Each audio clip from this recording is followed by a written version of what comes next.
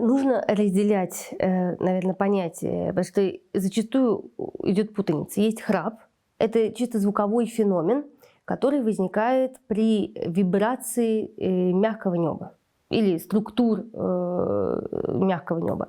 Есть ситуации, когда храп, он сам по себе, и он не сопровождается нарушением дыхания во время сна, которое получило название апноэ во сне.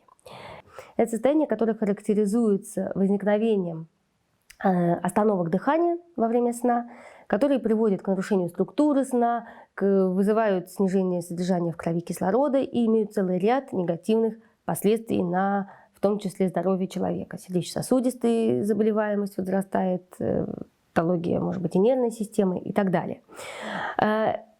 Вот эти остановки дыхания во время сна, одним из симптомов их может быть храп. То есть часто они сопровождаются храпом.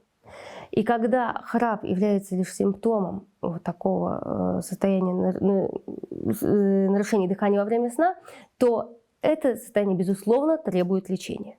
Если остановок дыхания во время сна нет, а есть только храп, так называемый привычный храп, то здесь обсуждается необходимость проведения лечения.